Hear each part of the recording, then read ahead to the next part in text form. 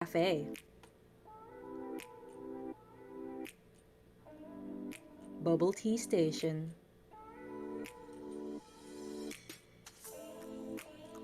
Tech Zone Manila.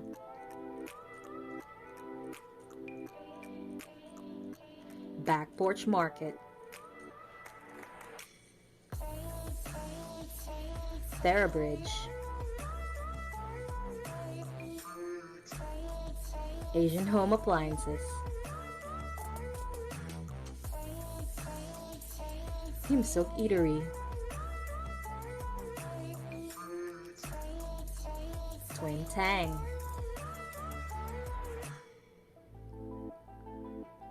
Little Wonders. Southlink Packaging and Adhesives Company. Angel Beats.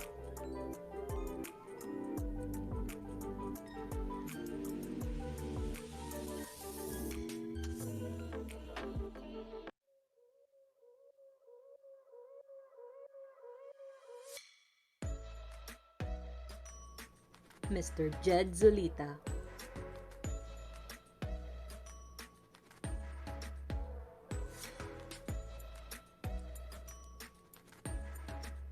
AirPods Manila. Careboy Car Wash.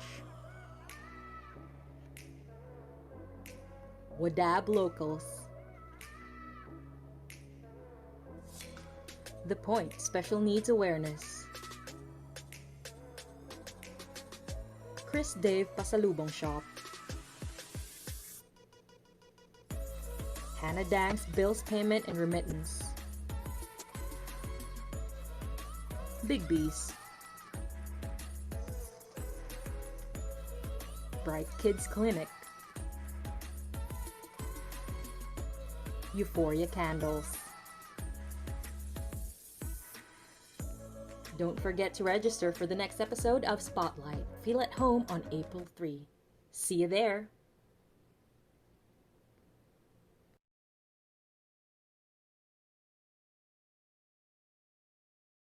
Welcome to Season 3 with Spotlight.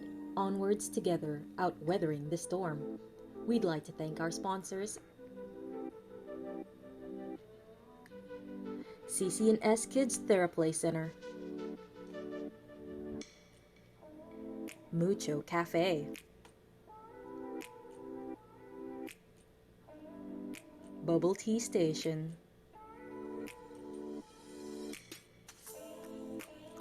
Tech Zone Manila,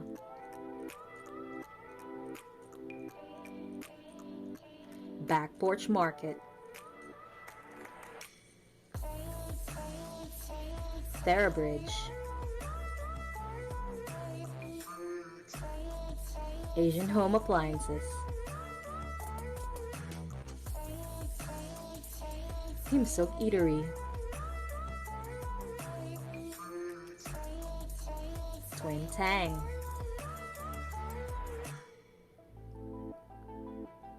Little Wonders, Southlink Packaging and Adhesives Company, Angel Beats,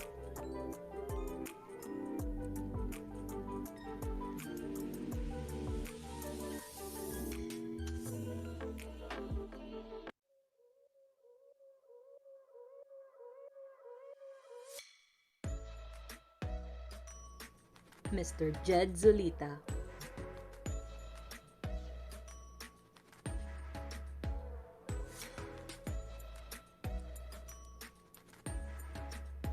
AirPods Manila,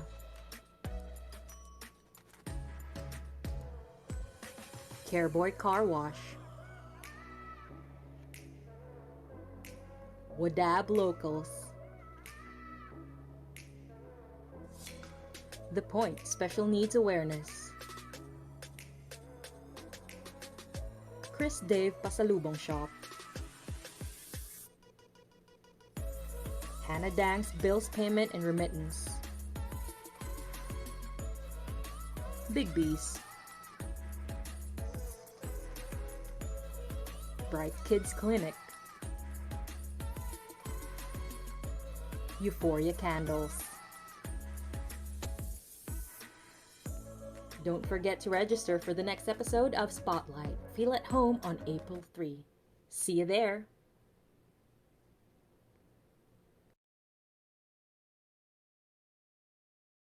Welcome to Season 3 with Spotlight. Onwards together, outweathering the storm. We'd like to thank our sponsors, CC&S Kids Therapy Center, Mucho Cafe, Bubble Tea Station,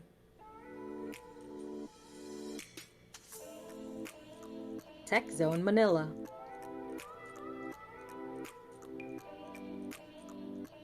Back Porch Market,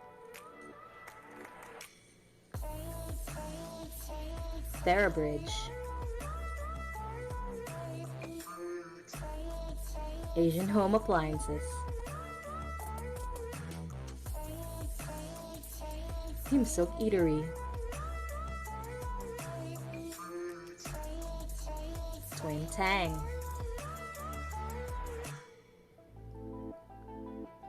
Little Wonders, Southlink Packaging and Adhesives Company, Angel Beats,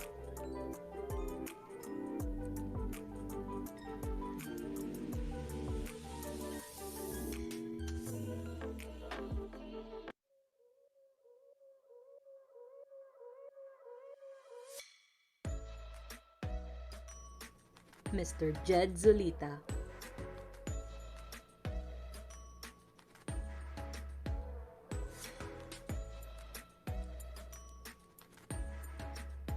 AirPods Manila,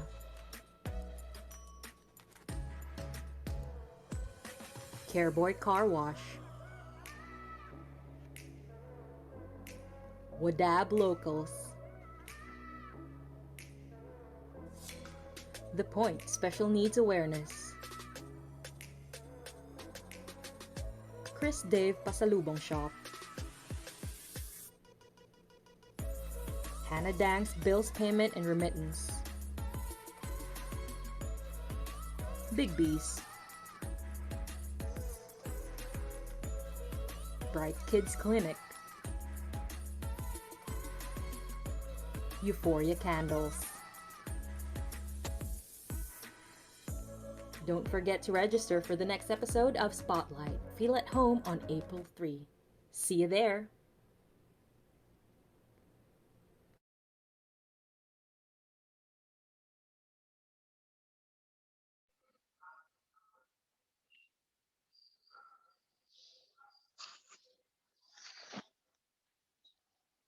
Hello, everybody. In behalf of Cebu Doctors University Master of Arts in Occupational Therapy, I would like to welcome you to our webinar tonight entitled Wonders of Wellness for a Healthier You.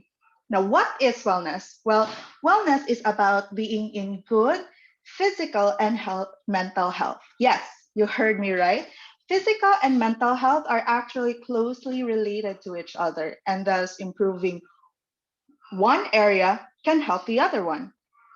But wait, what are problems that come with a poor wellness? Are there problems in physical health, mental health, social health, spiritual, or even intellectual health?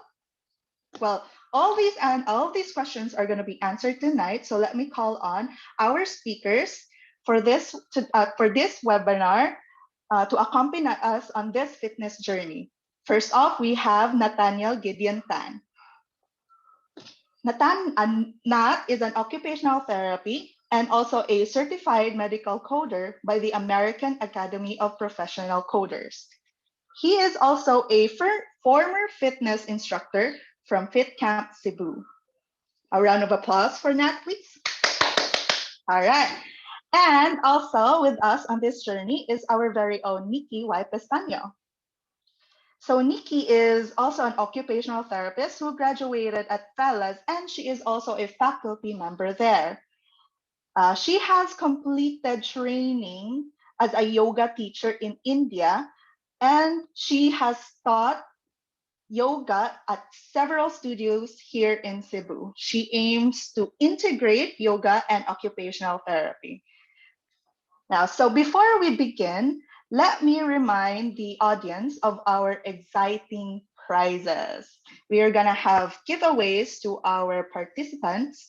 So will be having two lucky winners that will get a BTS voucher. So two winners will get one BTS voucher, and one winner will get a Mucho Cafe voucher as well. So make sure to get yourselves ready and join in with the program for you to win the prizes. And lastly, there will also be a raffle draw to be done, and one lucky winner gets a smartwatch. Yes, you heard me right, a smartwatch. Such amazing prizes to look ahead, guys. So let's get started.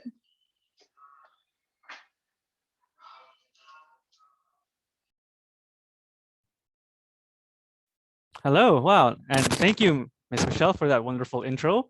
And first and foremost, I would like to thank everybody for joining us today on this journey on fitness and wellness. Now, before we start things off, let's start with a warm-up of our minds. We'll be warming up our brains with knowledge that I will be giving to you on what it means to be fit and well. So in this program that we've prepared for you guys tonight, we are going to be on a journey on education and proper exercise fundamentals. So I'm going to be giving you guys a lot of things that you can take away from this, such as a workout program that anyone can do, as well as tips on how to keep fit and healthy, a little bit of diet and nutrition, as well as, yes, the prizes that you guys will be receiving at the end. So what do we have in store for you tonight? Well, let's get right on it with our next speaker. Hello, Miss Nikki. Hi, Nat. Good evening, everyone. So today we're going to learn about how we can measure our fitness, our overall health. Also, a little bit about exercise, about nutrition, the benefits of exercise, and also at the end of the discussion, in the earlier parts of the program, there will be a workout program by Nat and also a short yoga class by me. So I'm pretty excited, and it's a Saturday. I think many of you are going out, some are staying in. So to those who are in the event tonight, we do hope that you get to participate with our discussions. If you do have questions, feel free to message it in the chat and we will answer as best as we can. All right. All right, so you heard that, guys. We've got a lot in store for you tonight. A yoga program, a general body and conditioning program to help you get started on that journey to fitness. Now, as I said, we were going to start off with a warm-up with knowledge. Now, for our first exercise, let's start off with education. Now, we're going to be talking about some of the main key points, issues with fitness and wellness, as well as many other major concerns. So I'm going to start off with Miss Nikki. So I'm going to be asking you, and we're going to be sharing a discussion for the participants, and so they can have an idea of what it means to be fit and well as starting off their journey together with us. So what is the importance of fitness and wellness within the context of a pandemic, Miss Nikki? I think even before the pandemic, it's really important for us to move our bodies and exercise our minds and our bodies. Um, what's different lang is that we don't get to see each other and motivate each other to exercise in person. So some of us have been more sedentary than pre-pandemic, and sometimes it's medyo more difficult to get motivation when you're alone at home or when you don't have workout buddies. And I think that's one of the main differences that we can see in the current trend. What do you think, Nat? Yes, I agree that even before the pandemic, there's a lot of factors such as sedentary lifestyles that affect your overall fitness and wellness. And now that we are currently in a pandemic, it has somewhat increased twofold the effects of this sedentary type of lifestyle since of the implementation of these restrictions and the such, as you just stated. Yes, you can't go out as much as often, especially, well, now since it calmed down a bit, okay, there are more people going out, but the effects, it what was done has been done. The during the lockdowns, nobody was able to go, and that was like for like months at a time. So that really took a toll on most of people's bodies, especially those who started work from home but then got used to it for too long, and now it can lead to it can be a compounding effect on your health. So yes, I totally agree with that. Do you have any questions for me, Miss Nikki?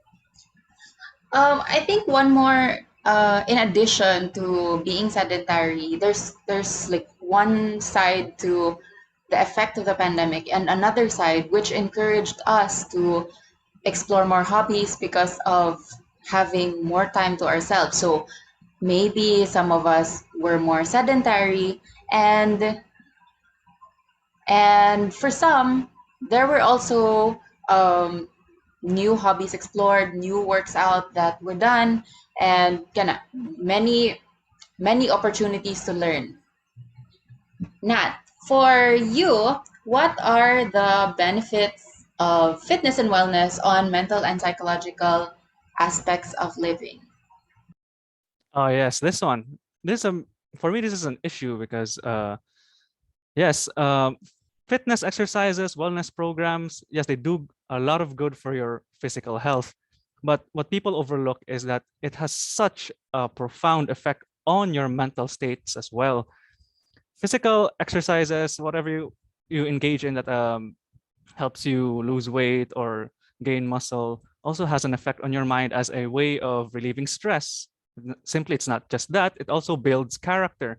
As you start a workout program, you will find yourself challenged with trying to maintain it because of course, you have a life to live.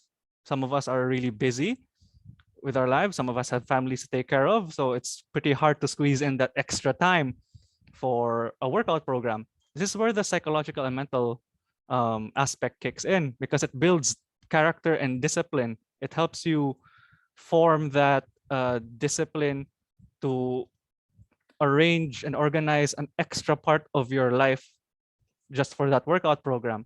And when you do follow through with that and you maintain it for what the studies say 6 months, it says after you keep up with this program for 6 months, you will be finding it really hard to stop now because it's already ingrained in your daily lives.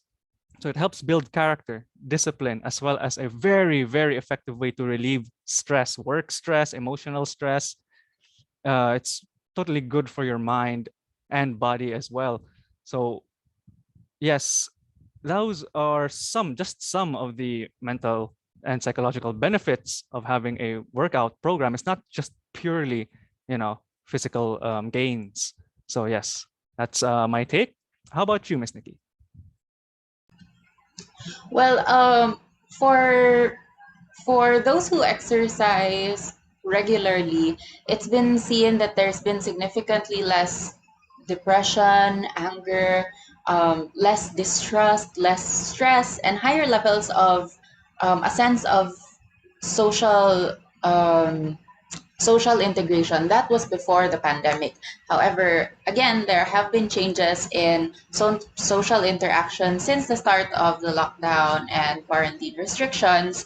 But hopefully, we are slowly getting back to seeing each other and exercising with each other. Yes. I very much agree with the social aspect as well. Working out is a lot more fun when you have someone to go along. I'm not saying that you have to have a partner. You can totally do it by yourself. That's the beauty of fitness exercises, but it's also a very good way to socialize. That's right. Nat, how do you think fitness and wellness can affect occupational performance? Since we're occupational therapists and this is our main target or main focus in treating our clients and also for the everyday people or general population. Oh yes. Before I further go on, I would define occupational performance for some of our viewers. Now, occupational performance. I'll break it down even further. Occupations in our world of occupational therapy, the word occupation doesn't mean your job or profession. The word occupation means everything and anything you do that has purpose and meaning, especially your self-care tasks, your bathing, your eating, your dressing. Those are occupations, as well as instrumental occupations, which are the more advanced activities such as home care, child care, and the such. So now that that's a disclaimer, the meaning of occupational performance for our viewers. Now, the question Miss Nikki had for me was, how does fitness and wellness affect occupational performance? For me, it is a really good preventive tool for any issues with occupational performance. One of the main issues for occupational performance, so like, let's say a person has arthritis or they have suffered recently a stroke. So, or you want to prevent the stroke, I'm sorry. So keeping fit and healthy will prevent all of these debilitating conditions. All of these conditions severely impact your occupational performance, especially your self-care tasks. It's fundamental that we all take care of ourselves. So preventive measures are key. So yes, workout programs, fitness and wellness prevents all of that. And another way that fitness and wellness improves occupational performance is you can use these exercises as a way to prepare your body in case the occupation you're doing is a little too difficult. So it's like a warm up, as you can say, but it has a more permanent effect because you gain strength, endurance, stability. So that's my take on the importance of fitness and wellness when you perform your daily tasks. It carry overs to every aspect of your life when you think about it, because it's your body. You're gonna be living it with it your your whole life. You gotta take preventive measures. Uh, what are your thoughts on this, Miss? For that was for the general public mana effects, right? So for workers, those who exercise have been seen to be absent less often, to have less healthcare costs, like they use up their health less than those who don't exercise, and also there's less turnover, so there's less change of jobs, less resigning, and keeping the job longer.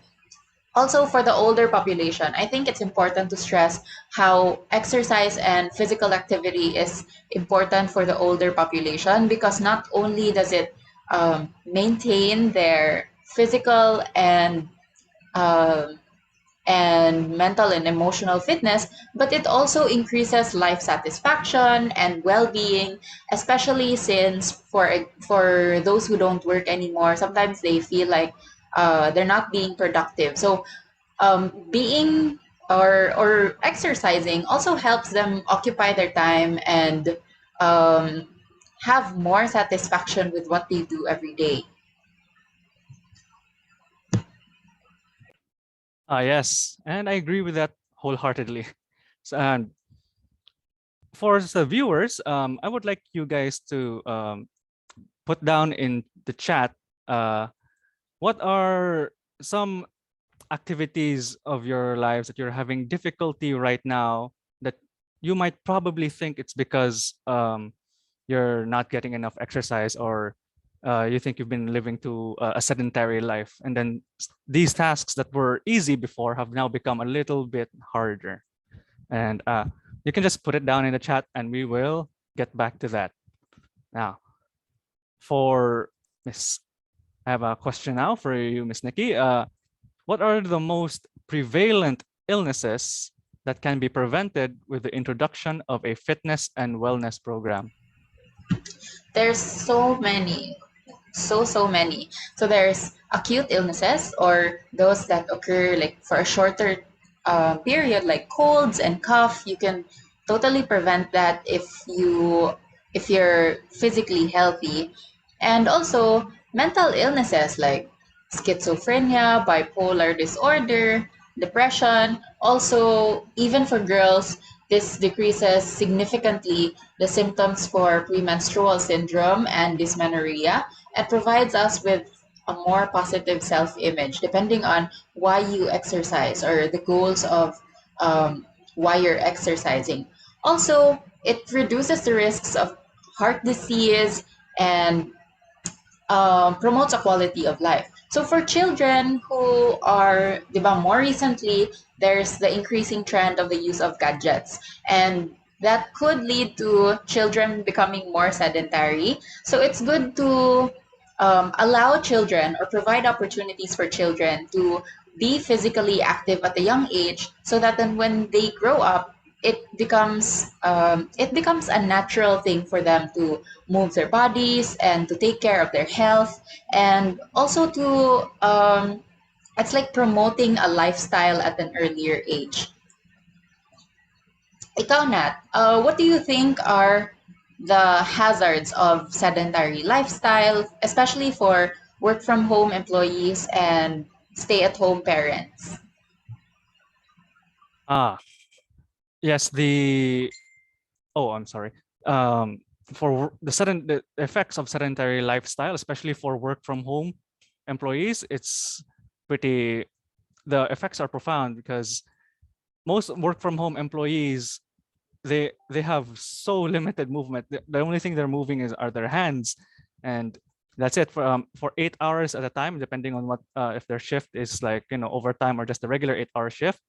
They will be immobile for that period of time. So a lot of things can happen. You can develop deep vein thrombosis from lack of movement in your lower extremities, varicose veins as well as weight gain from the lack of activity. Your metabolism is from the lack of activity, your body is going to slow down your metabolism to match what I said, your normal rate of activity. So you gotta have to be moving. Exercise is not for me, it's not an optional task of everyone's daily lives, because the human body was designed to be moving. It was designed to take in nutrients and to burn them efficiently. But that efficiency is lost when there's too much time being stagnant. So that's exercise doesn't have to be like 1 hour, 2 hours daily. An effective exercise program can be as much as 15 to 20 minutes, so long as it's just the right intensity and it gets your heart pumping. So yeah, the effects on sedentary life, especially for work from home employees, pretty big. It's a compounding effect, especially if they have existing comorbidities or existing conditions such as diabetes, high blood pressure. That's gonna make it worse. For stay-at-home parents, actively taking care of the kids can actually be a good activity to keep your body up, but there are going to be some downtimes where you just want to rest, and then want to keep a light workout program with you, since you're already actively taking care of your kids naman at home, which is already a big task. It's going to help you maintain your metabolism. So yes, thank you for the question. That's true. For work from home employees also, some companies offer health and fitness programs. So even our recommendations like taking rest breaks, moving the wrists. There are also like chair exercises that you can do for 5 minutes, 10 minutes, and that greatly helps, especially if you are under um, a stressful environment. That 5 or 10 minute break uh, would really help you um, can take a break from all the stressors and take care of yourself for for a short time before going back to work again.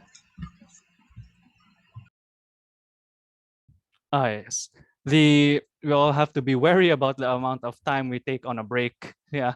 So remember, guys, exercise is actually integral for the human body. It is a necessity to avoid any other future health issues. Now I'm checking in the chat, and then someone actually stated an activity that they're having difficulty with because of sedentary lifestyles.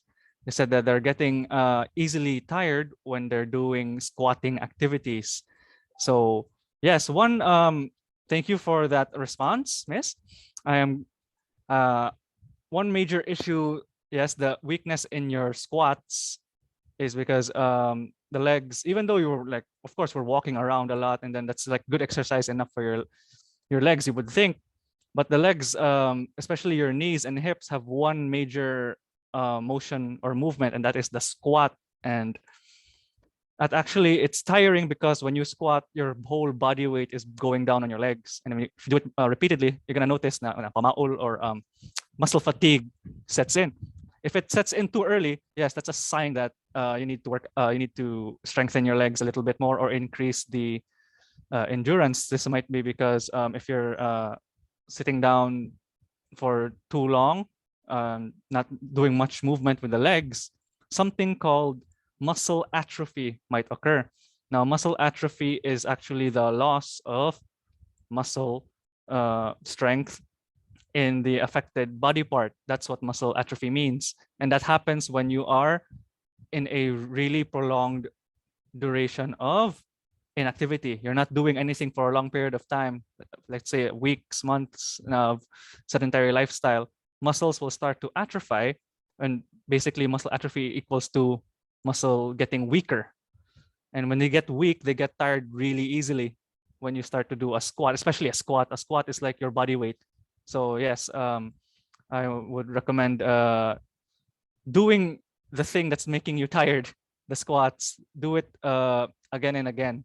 Repeat. I will show you later on we have a workout program later that has squats in it, and I will show you how to do it efficiently and safely. Okay. That's true, Nat. Diba, we have this saying now, use it or lose it. So that basically means that you use your muscles, because if not, it's gonna get weaker, or it's gonna be atrophied.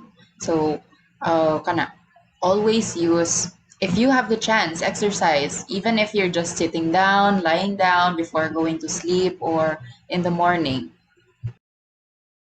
Yes, absolutely true. Thank you so much, Ms. Nikki. Now, let's have a brief discussion, Miss, on why diet and I am so sorry. This is for the next part. My apologies. This is for the later part of the education, which is diet and nutrition.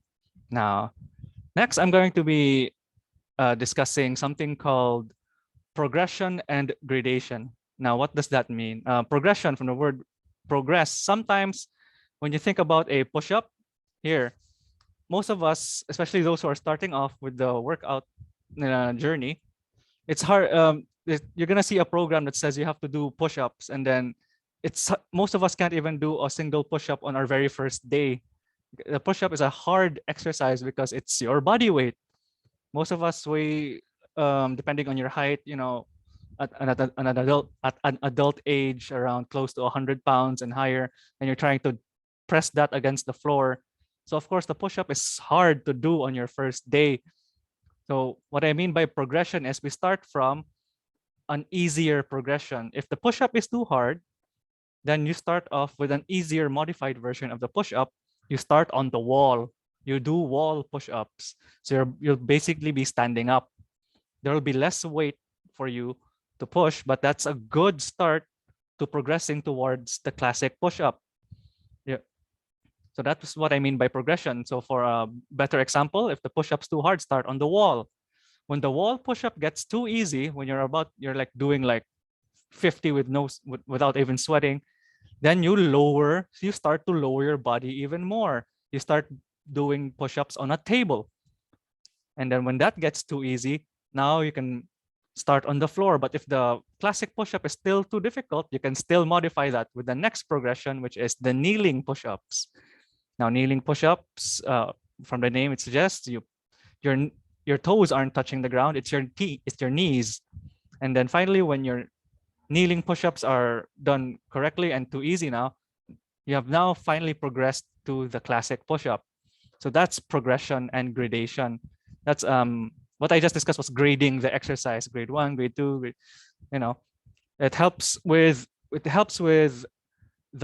your progress and your workout, as well as making sure you achieve your goals, because you can't achieve your goal if you're going to start off with a really hard exercise right from the start. So that's what I mean about progression and gradation, and that will be further discussed during the general body conditioning program.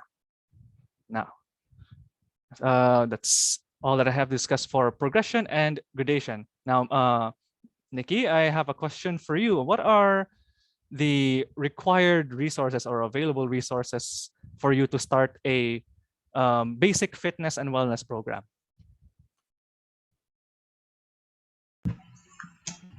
Your body and motivation and interest in exercise. So there are a lot of options for different kinds of exercises.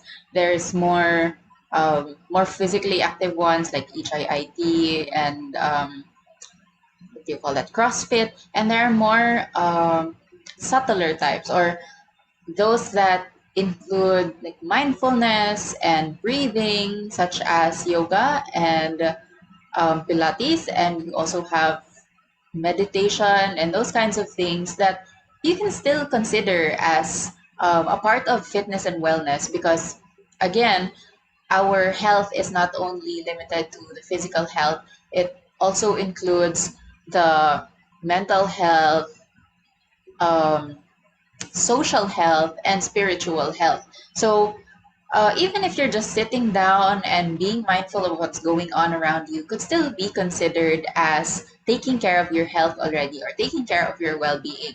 Now, in terms of physical exercise, basically all you need is your body, some comfortable clothes, maybe rubber shoes if you are going to be doing like jumps or running to protect your feet.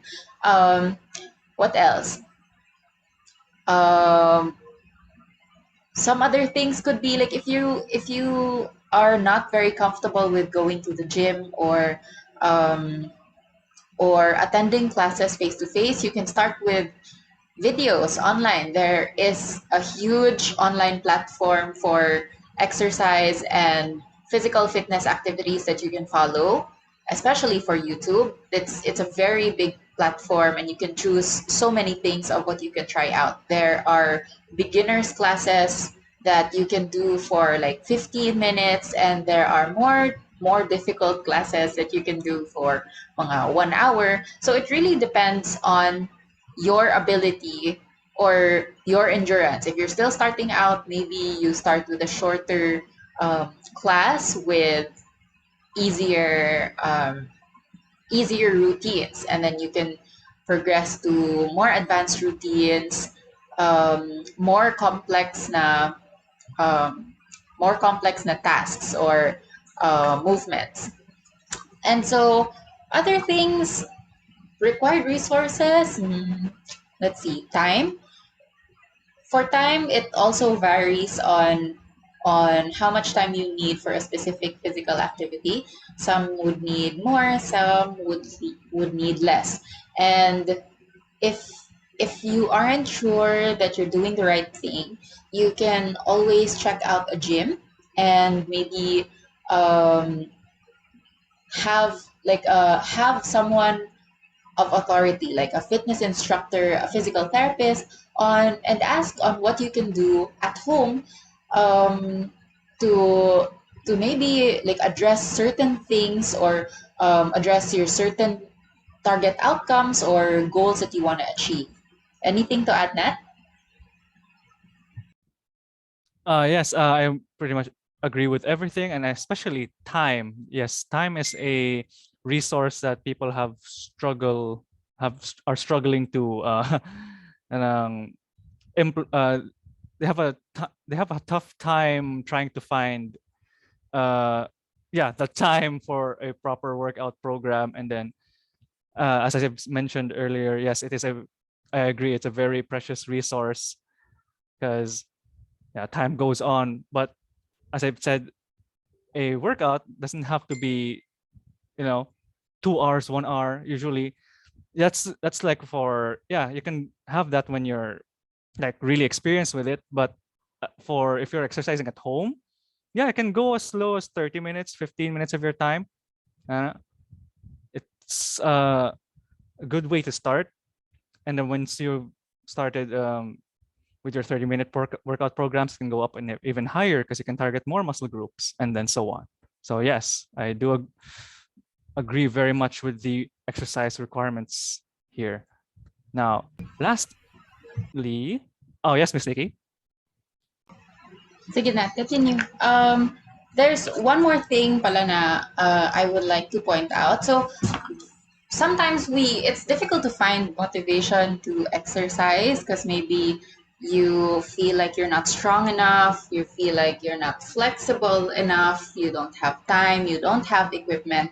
So these here, the things that you see on my background are some of the things that are the dimensions of what we call the health belief model. So basically it says na health behaviors are what you do to take care of your health. So it could be eating right, it could be doing exercise, going to therapy if you have like some physical or psychological condition. And these things here are the factors that either allow you or hinder you to perform those exercises or those health behaviors. So basically what it says is that maybe we feel a certain threat to our health, like maybe we are gaining weight or we're feeling unwell because of certain environmental factors, and there's health motivation or basically what we would like to achieve, or it's like the intrinsic motivation, the want to make ourselves be healthier. And then this one, sorry, naputol siya. Perceived cost and barriers. When trying out something new or when performing an exercise, for example, there's always going to be costs and barriers. For example, um, if you want to attend a class in the gym, you would need to go there, you would need to pay. And that would be like the barriers. Also, we have the benefits and effectiveness right here. So when we want to try out something new, there's always that sometimes we check out muna the things that are in the program that we want to try out. Like maybe it could reduce weight, it could make your skin glow more, or how effective it is to make you stronger or to make you flexible. And lastly, the cues to action here. This is basically what pushes you to do the health behavior. So it could be that you're challenged by someone, or your friends ask you to join them for a yoga class, or if you joined like a 21-day health challenge, that's also a cue to action, or even a recommendation from your physician. So all these things affect how we decide on what we do um, to to make us healthier, or to, what do you call that, to protect our health.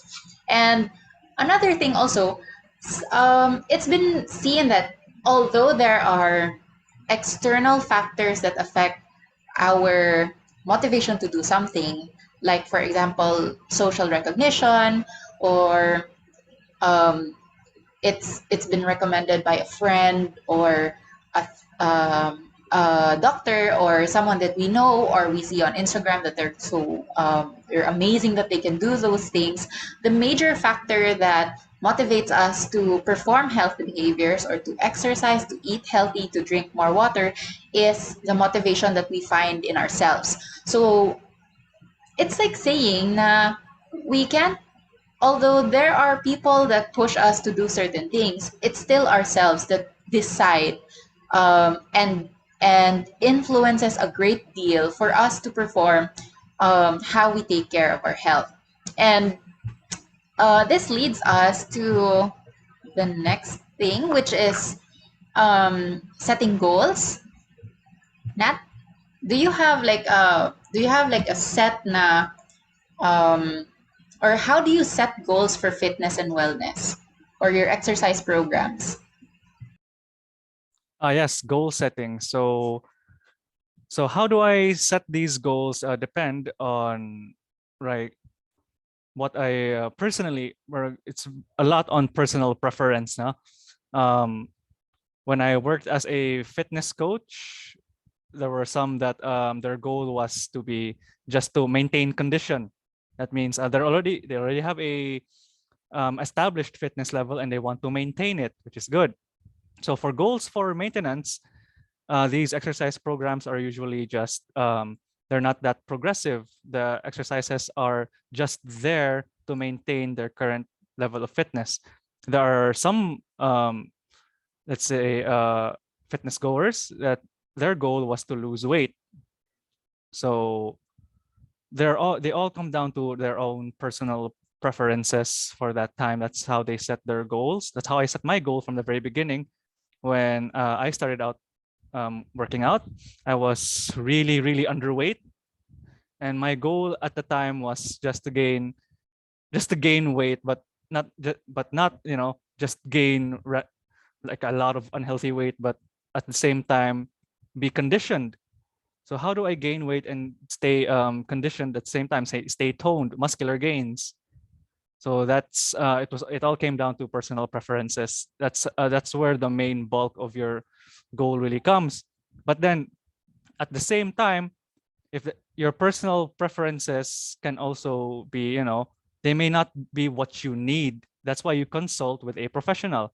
So let's say your personal preference was to, we have a customer in the gym that says that his personal preference was to gain a lot of muscle, but then he's still, super underweight.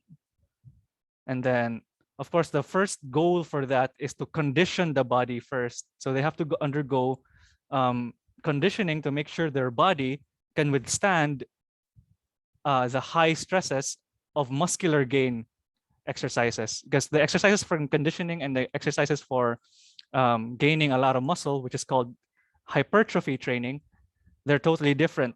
You can't, if you're starting off really underweight, really, and your body has never touched a weight in its entire life, when you immediately go to hypertrophy training, you're gonna get yourself hurt. So if his goal is to gain muscle right away, they have to go finish the goal first, which is conditioning. They have to get their body used to increasing stress at a gradual pace. You don't drop a weight on them immediately, because that's how injuries happen. So yes, goal setting should be based on a person's own preferences while being guided by science and facts to avoid injury. And of course, what's the term? They would be discouraged. Yes, discouragement from ever exercising again. See, because failure is one of the biggest factors that discourage people from continuing and maintaining their workout and fitness journeys. So yes, that's my take. That's true. You remember sa when in the pediatric setting we were taught to give just the right challenge, meaning not to give something too difficult because that would frustrate the person, and not to give something that's too easy because dili na ma-challenge ang person. And also for goal setting, there are so many ways on how you can do this. There are fitness apps wherein there are calendars, there are health trackers tracking your heart rate, weight, stress levels, oxygen saturation, and you can also do the calendars and checklists if naka-exercise ka today or how many times a week ka mag-exercise. And also there are fitness programs that are just like there are how do you call this, printouts of fitness programs that you can do at home that you can do at your own pace, because if you're doing a fitness program at home, syempre, there's no one um, like there's no pressure on you on how much you want to do it, but also it would give you a push and encourage you to perform, because there's like a checklist, or there's there's a calendar for you to finish. Also, for for goal setting, it could be done by duration, or how long you're gonna exercise in a day, frequency, or how much how many times a week you exercise. There's also intensity, or like let's see, what kind of if you do squats, do you wear weights na, or do you just perform squats without any weights? And also, the one that Nat mentioned earlier, the major goal, or the major motivation for goal setting is to to have an improvement in a chosen outcome measure, or like if you want to reduce heart rate, if you want to lose weight, if you want to gain muscle. And same as in my clients, for when I teach yoga, um, their main concern always is that they they're shy to attend classes, because maybe they can't do the crazy postures that yoga teachers and advanced yoga practitioners already do. But that's the main misconception that hinders people from exploring new things, because what they see on social media is that it's very like filtered. What we show on social media isn't always the real thing that's happening. So maybe I post on social media that I can do like inversions, headstands, handstands, whatever, but I don't post when I fall down, because like, 'di ba? We don't post when we can't lift a weight, because I don't know, it's just different on how we show ourselves on social media. Although sometimes I post falling down to encourage lang people na I can't do everything, even if I teach nagyud yoga, or even if I do some certain postures.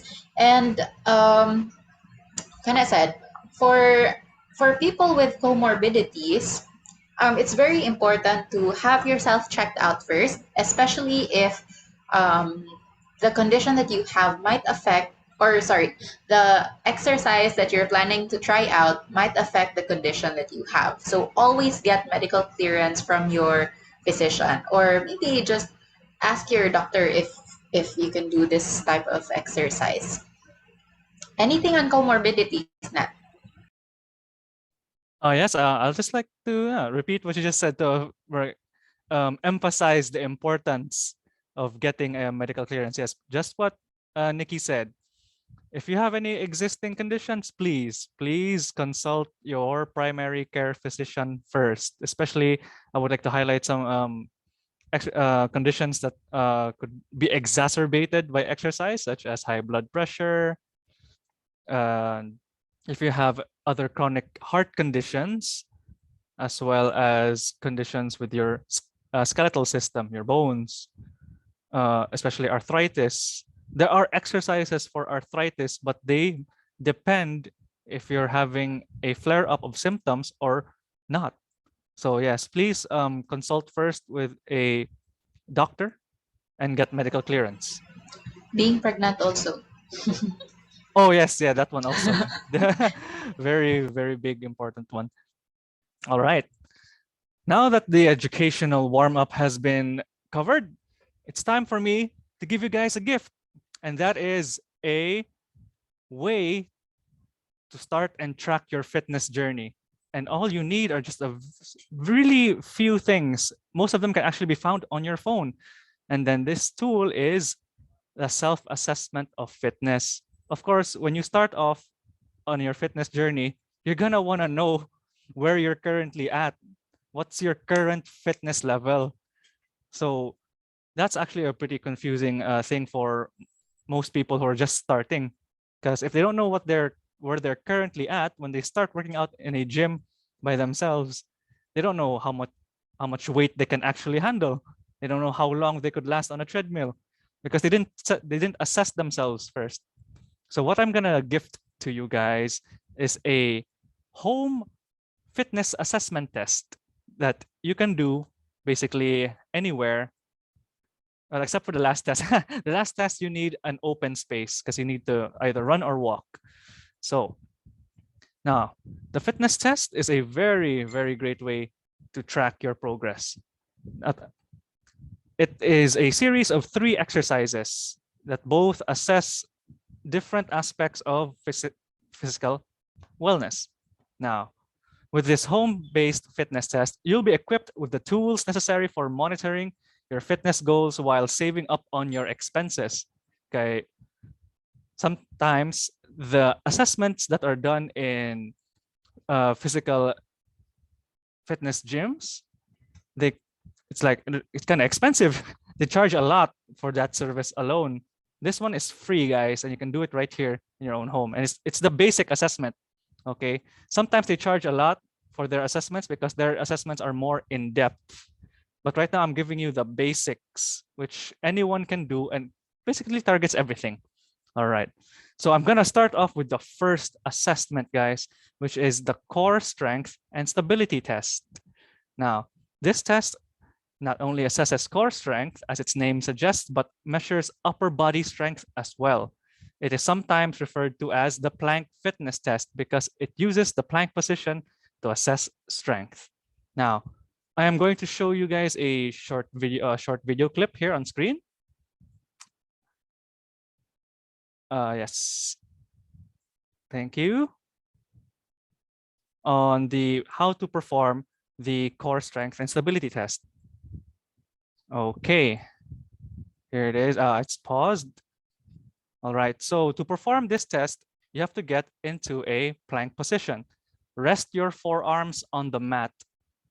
Okay. Don't rest your hands on it. Rest your entire forearms. Okay. So I'm going to pause it right here. Now you have to hold this position for 60 seconds. I won't, for the sake of the duration of the video, I just held it for just a few seconds. So because there's a lot more variations to this. So hold the plank position for 60 seconds. And after lifting it, after holding it for 60 seconds, lift your left arm for 15 seconds. There. Then after lifting the left arm for 15 seconds, you alternate. Then lift your right arm for 15 seconds. Take note, guys, I'm not doing the exact duration for the sake of the video. Now, after you've lifted both arms off during your plank position, now it's time to lift one of your legs. You can start with either leg. Here, I started with the left leg. Hold it for 15 seconds, just the same duration as your arms. After 15 seconds, you put it down. Now for your right leg, then hold it for 15 seconds as well. Now, when you're finished holding both legs up now, it's time to hold one arm and one arm and then the opposite leg. So here I'll show you what I mean. Hold the right arm forward and the left leg back. Now this can be extremely challenging, but that's part of the assessment. A little struggle. I'm sorry.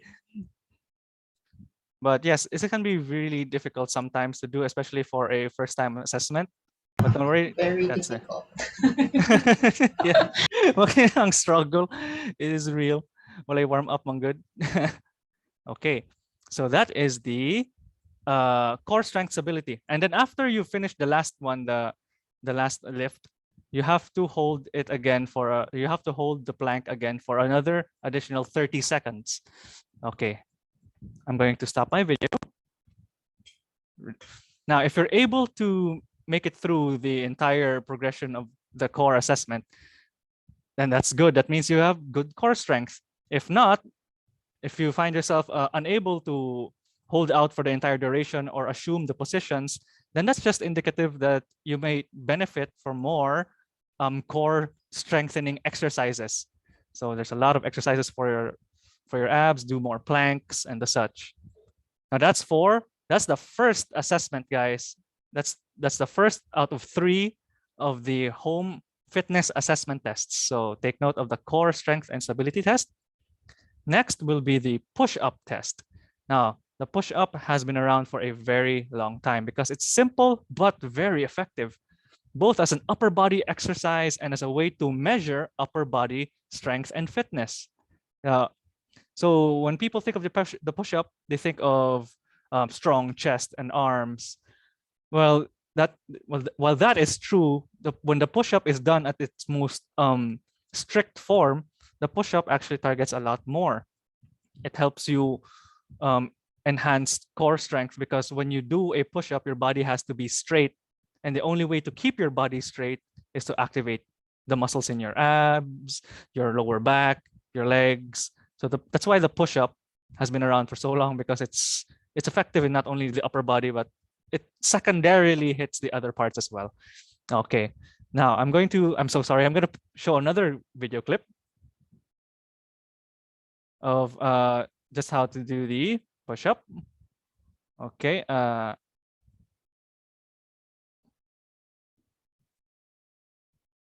Now, to perform the push-up test, here seen on the screen, begin in a push-up position. Now, I will assume the push-up position here. Go a bit. Your body has to be completely straight here. For your body to keep your body straight, and then, it's not like going at an angle when you reach the floor. You really have to activate the muscles in your lower back and your abs. So it's like you're straining a little bit, but not to the point where you're holding your breath. When you do these exercises, you have to be breathing normally. Ideally, when you are going down, you inhale, and when you push back up, you exhale. Okay? So you do this push-up exercise. Once you go down to the ground, make sure your elbows are at a 90-degree angle, as seen here. When they reach that angle, you can now push back up, and then do it again. And that's basically the push-up test. So you have to do as many push-ups as you can while still keeping good form. Now, the question comes, what if you can't do a single push-up? Because of course, the push-up naturally is a difficult exercise. That's where gradation comes in. Let's start with a wall push-up or a declined push-up. Now, if you find the wall push-up actually to be too easy to perform, that's when you start to lower the surface. Do a push-up on a table or on the stairs. And then so that's gradation and progression, just like what I discussed earlier. And do as many as you can while keeping good form. And then the results, the interpretation of the results are here. I'm going to stop the video so you can see the results table.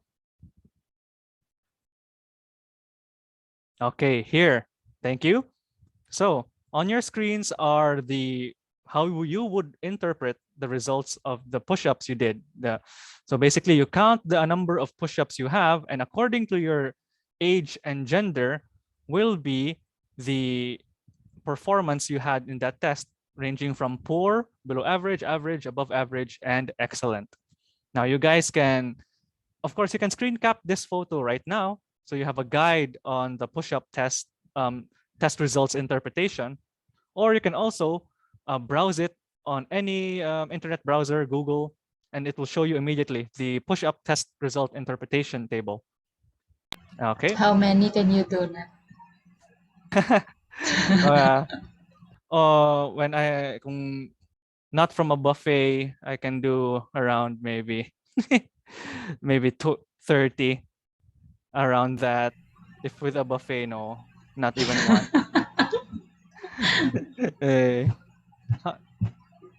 Ikaw, Miss Nikki, how much? Siguro kung straight, siguro mga 10 to 15 almost. O kana sad, no buffet also. Grabe kaon, guys. It's good, but not good for the push-ups. So, carrying on, results vary on this test according to age and gender. So regardless of where you fall on the push-up test chart, it's helpful to track your progress by performing this test every 2 to 3 months. All right. Now, that's the second test out of 3 of the home assessment test. So the first one was the core strength stability test. And this one was the push-up test. Now we're moving on to the last test, which measures endurance. This is the 12-minute run test. Now this one, no need for a video demonstration of the 12-minute run test because of everyone knows how to run, everyone knows how to walk. So for the 12-minute run test, this is a test for your body's endurance. Endurance refers to your body's physical capability to sustain an exercise for an extended period of time. So basically, endurance is sustained activity. It's not about power, it's not about strength, it's about how much you could do for a prolonged period of time, for a duration of time. So what better way to test your physical endurance than with a running exercise over a set duration of time? You have the choice of running or walking. The choice is yours. Preferably do a run or a jog. And then, of course, from the name of the test itself, you have to maintain this running for 12 minutes straight. So what are the requirements for this? First is you need a stopwatch. Now, this is the beauty of today's technology because a stopwatch, a distance tracker can all be found in your phone or a smartwatch. So just have that, keep that on hand. And this test is going to be piece of cake. Cake. Gutom na guys. So the first thing you have to keep track of in the 12-minute run test is distance. So of course, when you're running without a distance tracker, you can easily lose track of how far you've ran. So please just keep a phone with you while you're running. Turn on, have an app that has a distance tracker. Most fitness apps have it, and they will automatically track the amount of kilometers you've ran or jogged. Then the next one is location. So ideally a large open vacant slot like a Ayala Business Park or depending, sorry, from where you're from, a big park where there's lots of room to run. It's ideal. You can just run laps and the phone will track your distance. Next is the timer. Again, can be found in your smartphone. Safety, guys. What I mean about safety is if you have any current conditions, comorbid conditions, any health risks, please consult your doctor first, especially if you have a heart condition. Consult with your physician before performing anything related to endurance training, because endurance training is cardiovascular exercise. It's cardiovascular, meaning it is an exercise that puts strain on the heart. Good strain, though. It's the strain that trains your heart to be strong. So that's what I mean about cardiovascular. Cardiovascular means heart exercise, or yes, that's the one there. Sorry. Next is speed. Now, monitor your speed. You're not supposed to be running at full speed when you do this test, because this test is about endurance, not power. When you're running at full speed, you're sprinting. Sprinting is, you know, short bursts of power, and you'll tire yourself out within seconds. So here in the 12-minute run, maintain a constant low running speed, a gradual running speed, if you will. And then last one is a warm-up. So that is self-explanatory. You cannot engage in a long duration exercise without warming up, because that will lead to an injury, guys. So proper warm-up. I will showcase the warm-ups in the workout program later. Okay, now, after you have finished your 12-minute run, it's time to get the distance that was tracked in your phone and to put it in this equation that I will be showing on the screen. But before I discuss the equation, I'm going to explain what it's all about. So I'm going to read it. VO2 max equals to 22.351 times the distance you've traveled in kilometers minus 11.288. So this is a equation that helps get your VO2 max. So what is your VO2 max? The VO2 max is the amount of oxygen your body uses while exercising as hard as you can. So the VO2 max is an important indicator of cardiovascular fitness or endurance fitness. So we get the VO2 max to get what your level is at endurance. This is how you track your endurance gains, your progression in cardiovascular fitness. So that's how you get the VO2 max. And once you have your VO2 max by getting your distance in kilometers, you go to the table and find out where you stand in terms of endurance level fitness. It ranges from poor, below average, average, above average, and excellent. Again, the same with the push-up test. This test varies between gender and age, the results. So be mindful, always take into consideration your age and gender, guys. Now, you can screen capture this table picture, or you can just browse it on the internet. Choice is yours, guys. And now that was the last exercise of the assessment. So we had the first one, which was the core strength test. The push-up test was the second one. And now the last one is this, the 12-minute run. So it assesses basically the basic aspects of physical fitness and wellness. And it's a good way to start your fitness journey as well as tracking progress. Now, that's my gift to you guys. We are now moving on to the next part of the warm-up, the educational warm-up, which is diet and nutrition and why it is the most important factor in keeping healthy. It's not all about exercise, guys. I bet some of you are really happy to hear that. Dili day puro exercise. It's not all about the heavy weightlifting and stuff. Yes, but the diet is just as difficult, guys. Trying to stick to a diet specifically for your goals can be just as challenging as the exercises that you think are dreadful. But that's the thing. It's the mindset, Laman. It's just the way you think about it. It can be difficult, but it might be you that's making it difficult. You gotta change that mindset. And here we're gonna start a discussion with that with Nikki.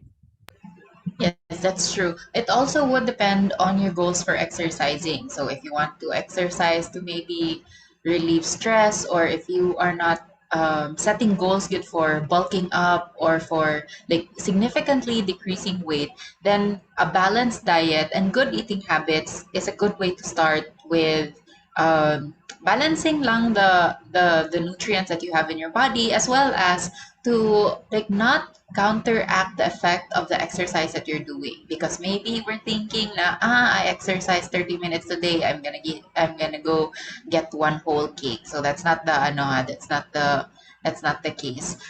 It's not gonna negate the amount of like of the caloric intake you have, or kana siya. So it's really just for me. I don't have specific fitness goals man yun. Like I'm not aiming to like reduce weight or to have a specific body type. So basically coming at home, we eat a balanced diet. There's always fruits, there's always vegetables, meats, also carbohydrates, cake, ice cream, but in moderation lang. How about you, Nat? How about for like bulking up, or for the clients that you've had or the clients that you have? Yes. Okay. So I'm gonna be giving some. Yes. Thank you for the question, Ms. Nikki. Those are basically example. If what you said, the goal was to gain weight or to gain lean mass, then yes, the diet is going to be heavily altered. So how do I set that? Now, first and foremost, a very essential tool to help you start your diet is a calorie calculator. You can get that on your phone, on any app store, Google Play or Apple Store.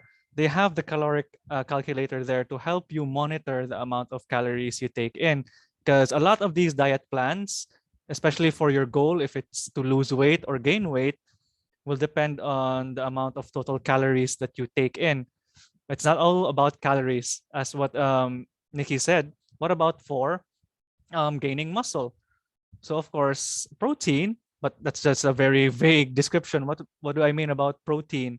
So as I said, protein is necessary for building muscle. It's the main nutrient to help recover muscle tissue when they have been strained in exercise.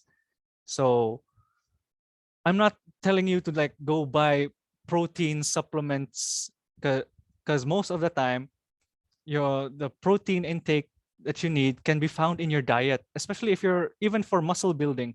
If you have if you just add a little more protein in the meals you eat every day, then there's no need for protein supplements. But if you want to go the extra mile, like if you're really trying to boost up your performance, then yeah, go ahead. These protein supplements are actually really gonna help you achieve your goals a lot faster.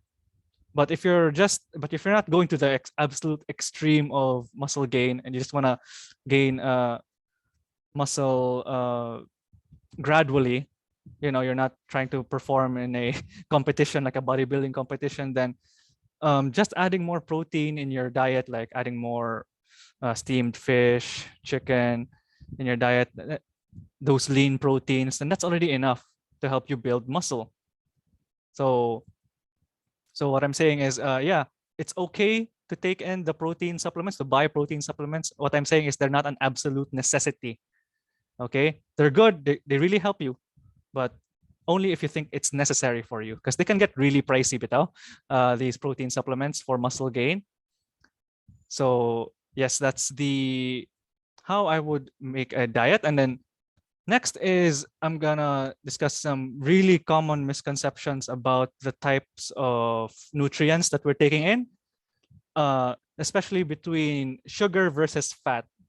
Okay, when we hear fat, automatically we get you feel na it's gonna give you a lot of weight problems when you hear about there's too much fat in my food, when in fact there are a lot of essential fats in your diet that you need, and that are actually essential means that it's needed in your body, such as essential oils, your omega-3 oils. Those are fatty acids.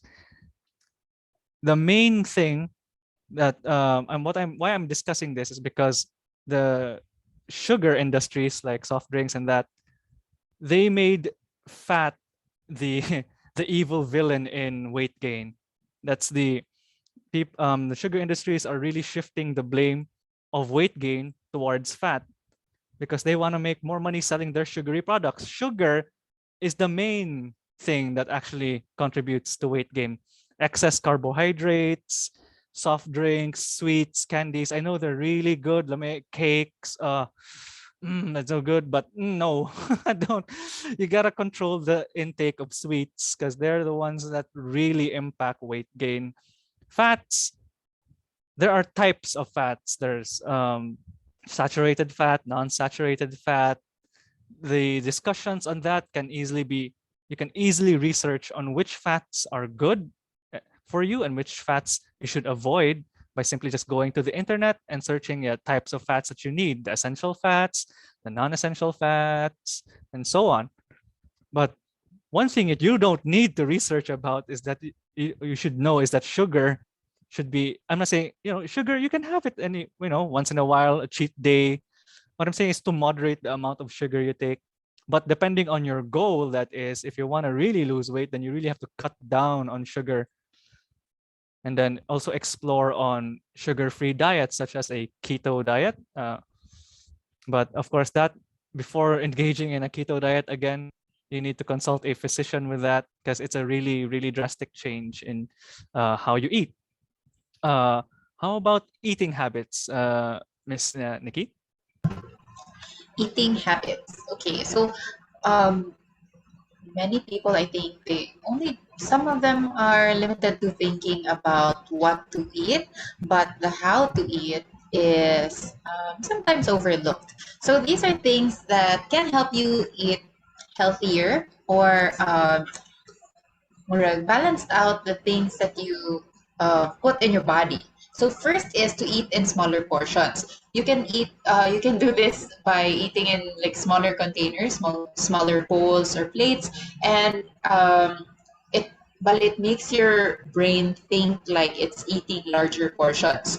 Second is take time to eat. So it's really good to like take your time to eat and talk with your friends while doing so.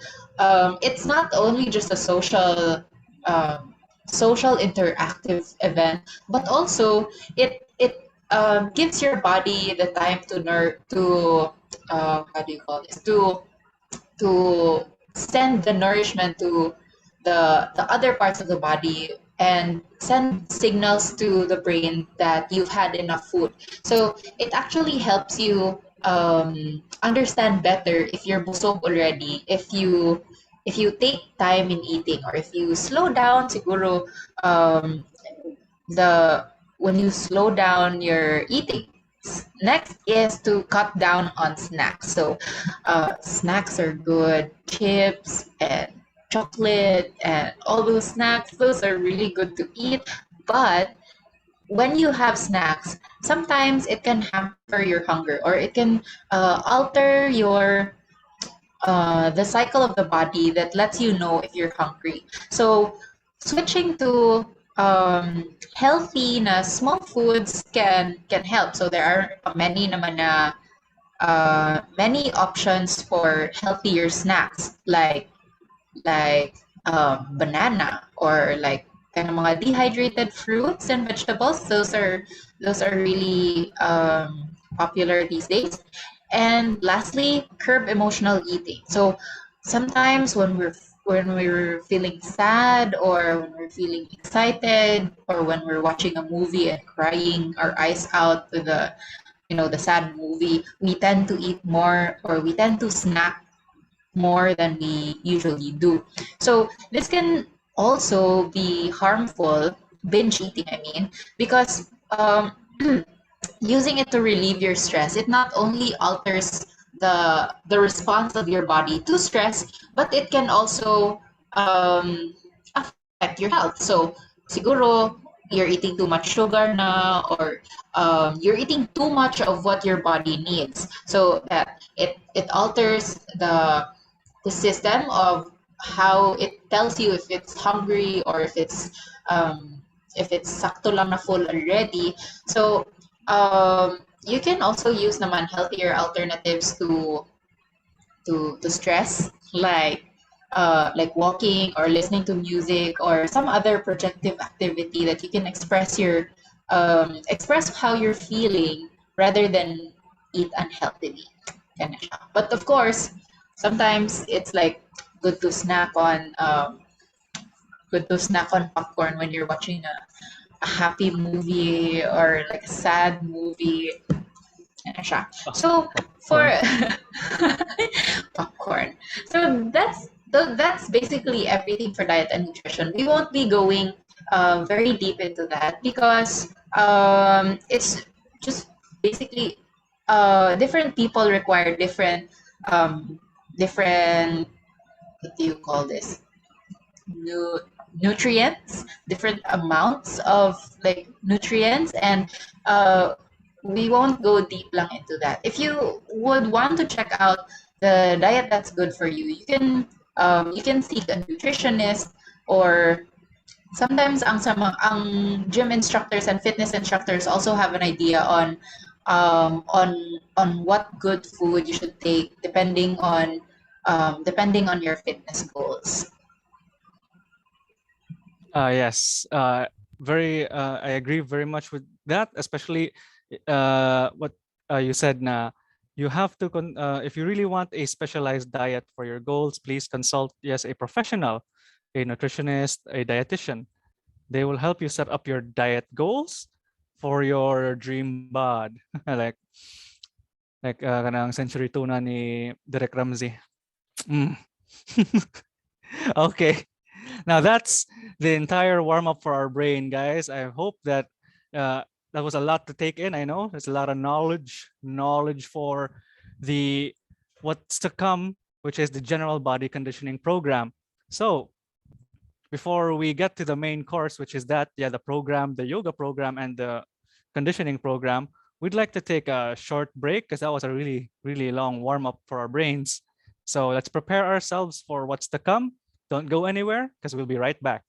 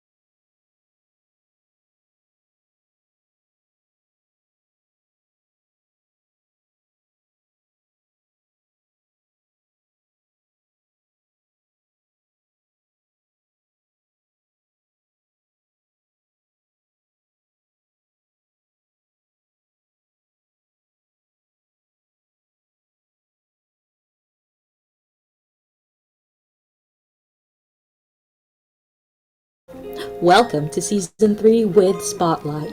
Onwards together, outweathering the storm. We'd like to thank our sponsors, CC&S Kids Therapy Center,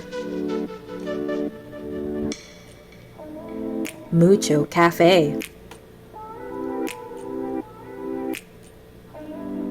Bubble Tea Station,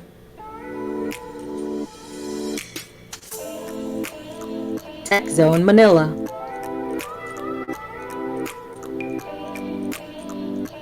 Back Porch Market, Therabridge, Asian Home Appliances, Team Silk Eatery, Twin Tang,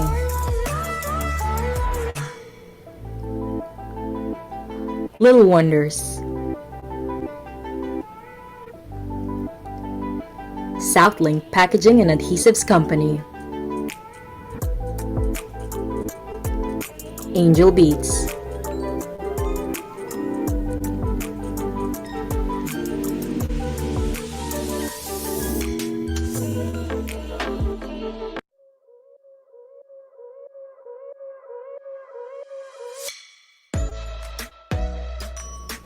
Mr. Jed Zulita,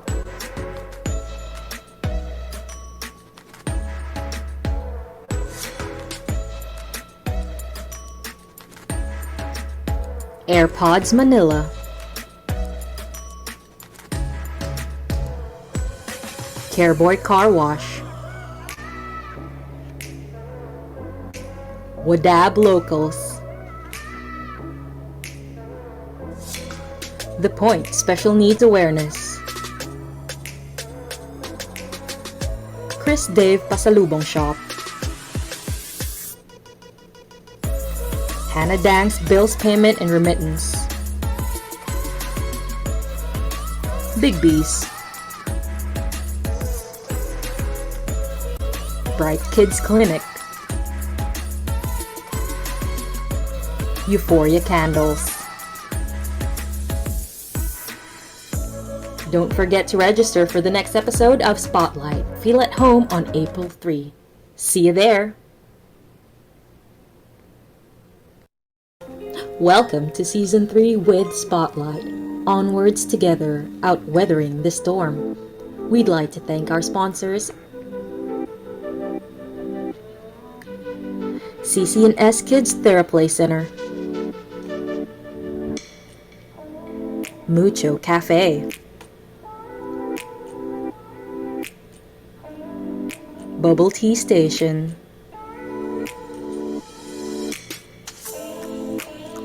Tech Zone Manila,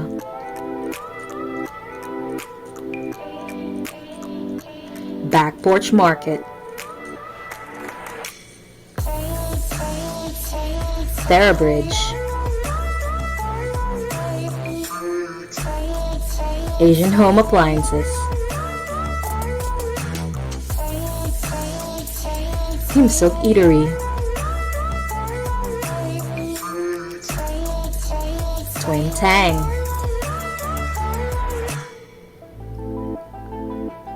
Little Wonders, Just a gentle Southlink reminder Packaging to and everybody, Adhesives please Company, tune in until the program ends, as we will send the link Angel for the Beats, attendance, which will be our basis for the e-certificates. Thank you.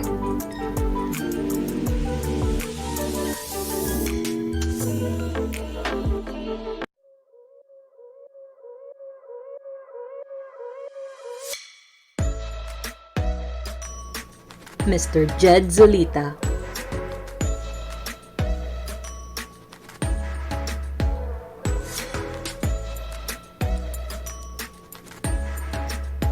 AirPods Manila,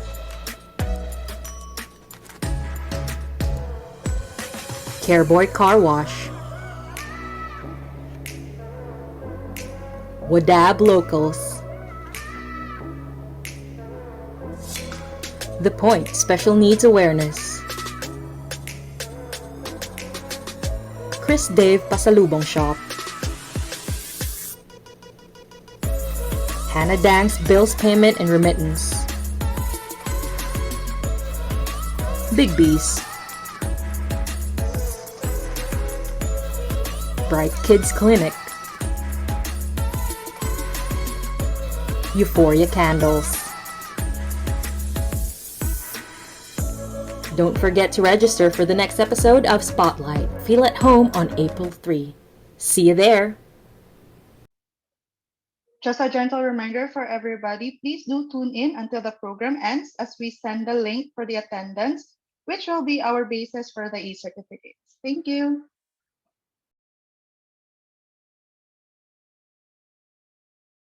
Oh, all right, guys. Welcome back from the 5-minute break. Okay, it's finally time for the main event of the evening, which is the workout program and the yoga program.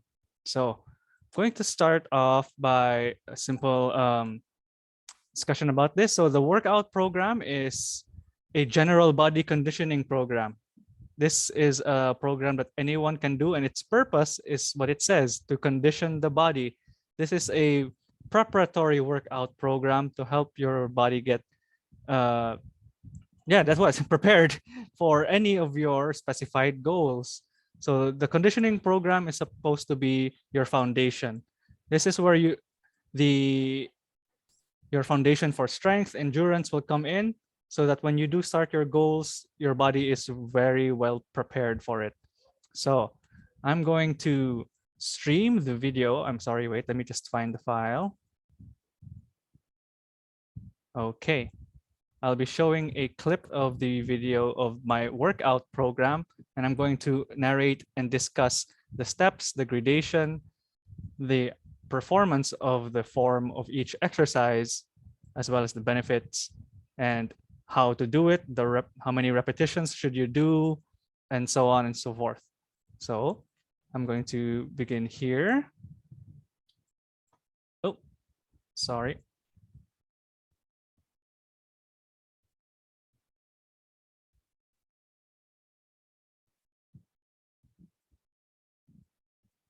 Okay. So this is the general body conditioning program. Now, as I've said a while ago, for general purpose use, it's not specialized in any way. This is for starting the fitness journey with this. Now, here is the dynamic warm-up. I'm gonna pause for a bit to discuss why it has to be a dynamic warm-up.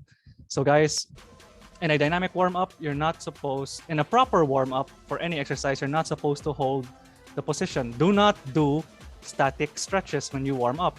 That's gonna lead to an injury. Static stretches are for cool downs, okay? So as you can see in the video up here, this is just the general overview of the dynamic warm-up. You have to go through the full range of motion continuously. Don't stop, don't hold. The first here is the toe walk. Let's start off by warming up the lower extremities, your lower limbs. Now the toe walk, as you can see, look at the distance my heel is from the ground. Your heel has to be that far away from the ground when you do the toe walk. Now, your heel shouldn't just clear a little bit from the ground. It has to be, point your heels up to the sky and take 10 steps on each leg for a total of 20 steps. So you can just count 20 steps going forward while walking on your tiptoes. You're gonna feel the stress in your calves. That's the muscles on your lower leg and the behind part of your lower leg. Those are your calf muscles. Now, the next, of course, is the heel walk. Here you'll be walking on the balls of your feet, or basically your heels. Here, do the exact opposite and point your toes toward the sky while taking short steps. You don't want to take long steps with this exercise. Now, take 10 steps on each leg for a total of 20 steps. So same with the toe walk, just walk 20 steps forward while walking on your heels. Now, the next warm-up exercise is the lunge twist. Now, look at the performance of the lunge first. Your knees should not touch the ground. Take a long stride forward, kneel down with one leg, and then twist to both sides with your torso or your hips. There. at your waist level. I'm sorry. So twist to both sides while performing the lunge. Do 5 steps on each leg. Gentle reminder, don't let if your knees touch the ground, your legs are going to they're going to enter a rest period and you won't be warming up effectively. So keep a slight amount of distance from the ground with your knee on that back leg. Now the next warm-up is the cherry pickers. Now this is a very good warm-up for the back muscles of your legs. Those are your hamstrings. Those are the muscles at the back of your thigh. Those can get tight, really tight from long duration of a sedentary lifestyle. So this is a really good dynamic warm-up to get them prepared for the exercises to come. Now, try to keep your back as straight as possible, but if you're still starting off and you feel that your hams are still a little tight, then you can do a little bit of curving on the back, but very minimal only curving of the back. Try as much as possible to keep that back straight when you're trying to reach down to your toes. And take note of the step that I'm taking. It should be a short step, and whatever leg you're stepping with, keep it straight. All right? Now the next will be the high kick toe touch, another warm up for your hamstrings or the muscles behind at the back portion of your thigh. Now this is a really good dynamic warm up, as also includes your upper body in the warm up as well. Now the placement of your arm should be at shoulder level. Do 5 steps on each leg. Don't let your hand go lower than your shoulders. So stop when your hands reach shoulder level and your toes have to do all the reaching. And that's how you do this warm-up. Now let's do another warm-up to include the upper body. Now the upper body here is the bear walk. You alternate with opposite limbs. Right leg, left arm, right leg.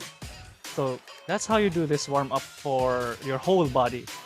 Now it's very effective, and all you need is the ground. No equipment needed, guys.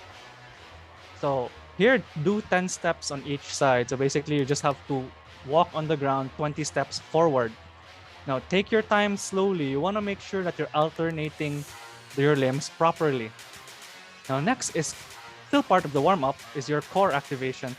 So the importance of this is, guys, in every exercise you do, your core is always going to be activated. Even when you're doing something like a bicep curl, that exercise where you just lift a weight with your arms, you're still using your core there because you want to keep your body upright and straight. So here, I'm holding the ab crunch for 10 seconds. That's just enough to activate your core, the front part of your core. That's your abdominals, your abs, your abdomen. So hold the position for 10 seconds and ideally do it 3 times. So for a total of 30 seconds. Next is the Superman hold. Again, hold this for 10 seconds. So how do you do this? You lie flat on your stomach, and then once you've lied on your stomach, lift all of your limbs off the ground. Now this can be a little difficult. It's okay if you can't make the full 10 seconds. Just keep trying until you reach the total duration. Now we're going to the conditioning program. This is a circuit program. So a circuit program is where there will be a series of exercises that you have to do. You have to do them continuously without rest. You rest only when you've done all the exercises. So here, I've seen in the video, I will also be teaching you progressions. If the push-up was too hard for you, or if the push-up's too easy for you, there will be different variations of the push-up that I will be teaching you. I will also be teaching you ways of how to use normal everyday items as weights or other exercise equipment, because this is a home workout program, guys. So you don't have to go to the gym to get the weights. You can improvise stuff at your own home, like a usa ka galon tubig, like 1 gallon or like liters of water as a weight for you to like include in your squat, or here in the kettlebell swing. If you don't have a kettlebell, then you have a bag and put rocks in it if you have to. Rocks or books, encyclopedias, books you're not reading anymore. Those are good weights. Now, I'm going to discuss also that there are going to be categories of exercises here. There are going to be 6. There's pushing, pulling, whole body, lower body, and your core exercises. So let's start. Here, I'm going to start first with the pushing exercises. Of course, and there's no other than the champion of push exercises, the push-up. Now, here I am doing the classic push-up, but I'm going to start off actually with the wall push-up, because this is for beginners who've never actually finished a push-up before. This is a good way to start off your push-up progression. You just have to look for a wall, lean towards it while keeping your body straight. Please don't curve your back forward or back. You have to keep it straight. So that means you have to activate your abs and your lower back. Now, in this circuit program, you have to do as many repetitions as you can for 30 seconds. So what that means is here, do as many wall push-ups as you can under 30 seconds. It's a timed workout, guys. Next, if you think that if the wall push-up's too easy, you can proceed to declining the push-up. Go lower. Keep lowering your ground until it gets challenging again. Now do as many repetitions as you can for 30 seconds. Now that's the decline push-up. And when you're finally done this correctly and easily, then you can proceed to the classic push-up. And I've showcased a while ago that you have to keep your body straight. Now, a side note, guys, you don't have to do all of these variations, okay? I'm showing you different types of push-up variations right now. You have to pick the one that you're challenged with, the one that's not too hard to do, but at the same time, not too easy. These are just some of the several types of variations for push-ups that you can do. And this is the classic one, which is the challenging for most beginners. Now, if you think that, I'm gonna go back and discuss a bit about the form of the push-up. So classically, you want your elbows to be close to your body. When doing a classic push-up like this, it's preferred that if you're a beginner, keep your elbows close because you'll have a lot more support from your arms. The muscles on your arms are the triceps that help push you upward. Now, if you widen your stance on the push-up with your arms, you'll be putting more stress on the chest. Don't do it too wide though, because there's a limit to how wide you should do a push-up. You can widen it a little bit more by distancing your elbows farther away from your body, but not too much, guys. That's actually that's bad form already. So just slightly like that, not too high. And next are the variations of the push-ups that are advanced, that are beyond now of the classic push-up. Now this one is the simple archer push-up. Sorry for the because the mat wasn't long enough, guys. So my arm starts to bend. Na allergic akong hand sa ground, guys. So yeah, I should have gotten a longer mat, but that's how you do the archer push-up, which helps build strength individually on each pec, on each of your chest. And then this is the pseudo planche push-up. Now this is especially challenging because I'm gonna pause it right here. I'm gonna push it back. Sorry. Here, your hand placement, when you lower your body to the ground, your hands are going to be at the level of your waist here. See? This is an extremely challenging push-up because the more you lower your hand towards your waist or your center of gravity, the more weight you're actually trying to push. In the pseudo planche push-up is one of the hardest variations of the push-up. These are for the people who have done push-ups regularly and think that they can do a much harder, more challenging variation. Then you can surely try this one right here. Now, to the point that because your hands are so close to your waist, sometimes your legs can actually lift off the ground, and that definitely will be pushing your entire body weight now, not just your upper body now. So if you can try to do as many as you can under 30 seconds, then you're a champ, because that's really hard to do. Okay, so that's for the pushing exercises. Next, this is for the full body workout. So here I'm discussing here I'm holding a dumbbell, that's just to represent a household item. The dumbbell is to represent any heavy household item that you could use as a weight. Then you put it in any of these bags that you have lying around that's actually kind of durable, that can support the weight. You can put rocks, books, anything heavy in your home. Put a large amount enough in it so that it could be a challenging weight for you. And now we can do the improvised kettlebell swing. This is a very good full body workout. It involves your legs, your core, and your upper body. So when you go down, I'm gonna pause the video here. You can go even lower. I can't go lower because the weight's gonna hit the ground. So that was my bad on the weight part. If you hold it up a little higher, you can squat down even lower. Then when you raise up, you stop your hands, your arms at shoulder level. Don't raise your arms above your head. Keep them there at shoulder level. Once they're at shoulder level, immediately go down again and do as many as you can for 30 seconds. Now the challenge increases the more weight you put in the bag. If the weight's too light, you might not, feel that much. But if you're starting out, then it's really good, guys. The improvised kettlebell workout actually builds a lot also on endurance because it's a whole body workout and you're doing as much as you can under 30 seconds. Dang, yeah, you're gonna run out of breath. Now this is another category exercise, which is the diagonal movement exercises. Good for the obliques as well as diagonal movement of your entire body. Because diagonal movement, when I discuss diagonal movement, it's very good on total body stability. When your body starts to lean towards twisting to one side, it's really calling on a lot of your balance and stability.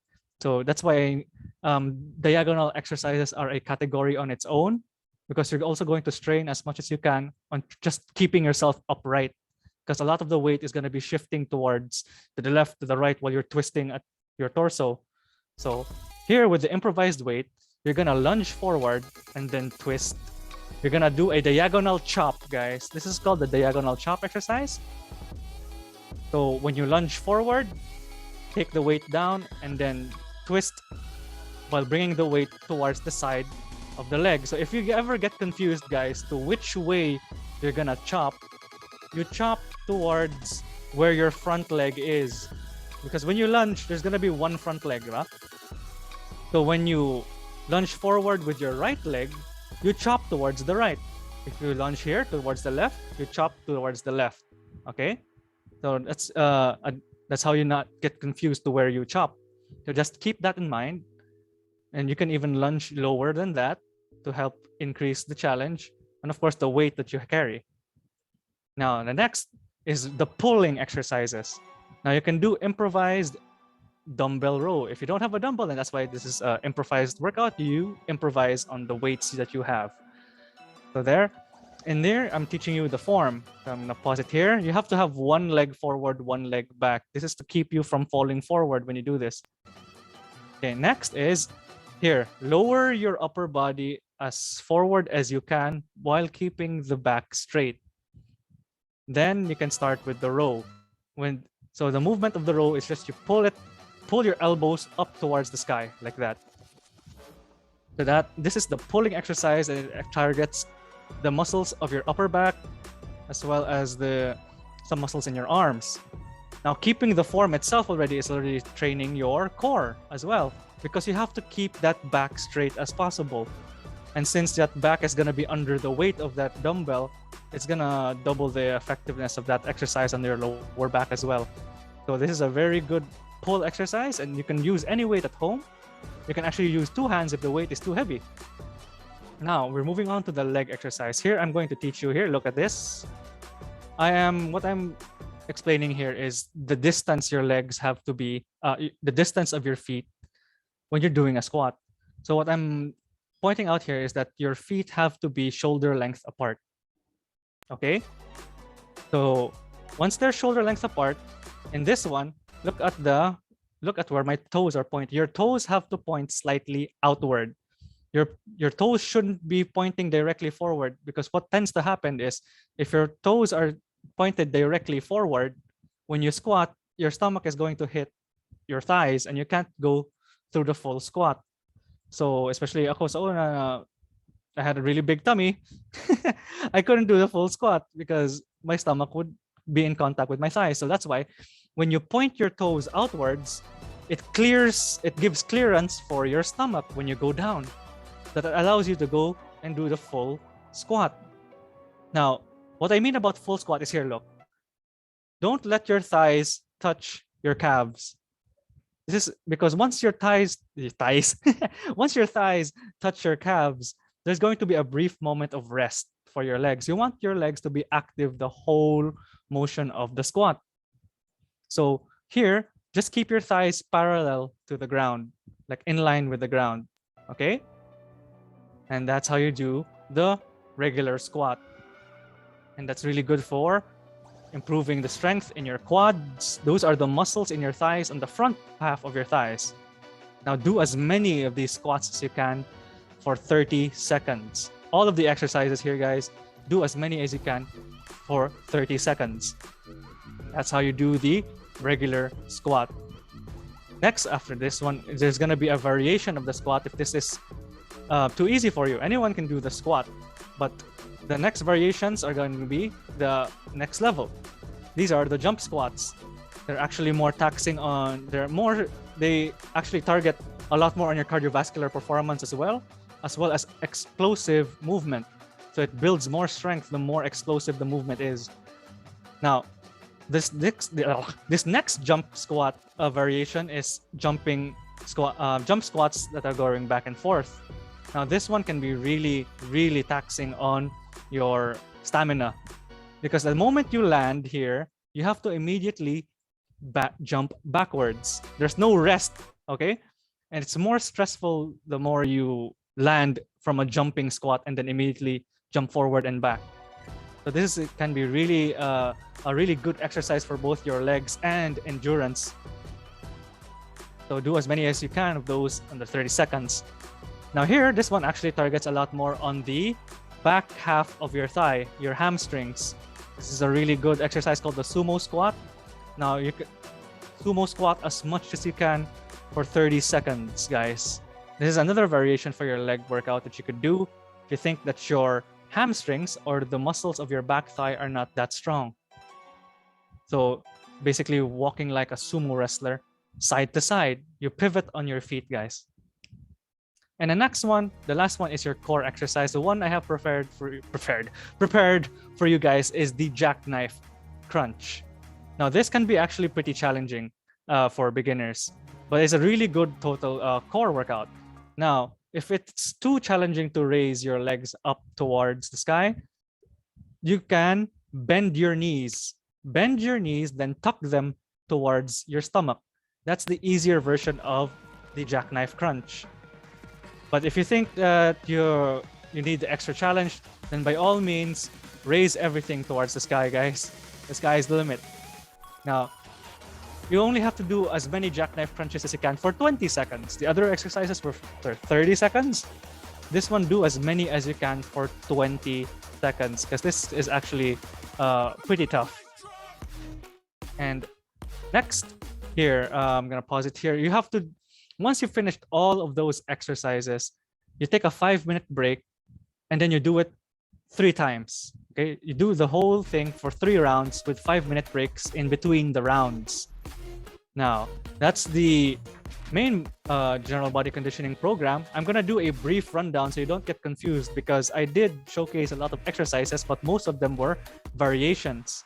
Okay, so here are the categories, the category rundown of the program. We start with the push exercises. These were your push-ups. That's the first set of exercises you have to do. Then immediately after you've finished the push exercise that you've chosen, you move on to the pull exercise, the rows. That's the second exercise on the circuit program. Now next would be, after the pull exercises, would be the full body exercise. That's the third exercise of the circuit program.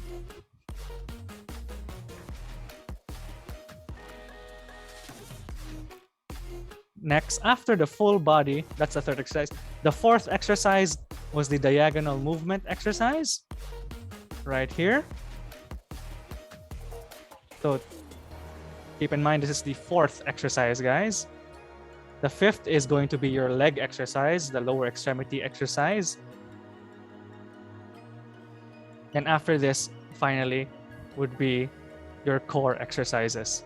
These are the 6 categories of exercises that you have to do. Here, the last one, core. So in total, Gonna pause it right there.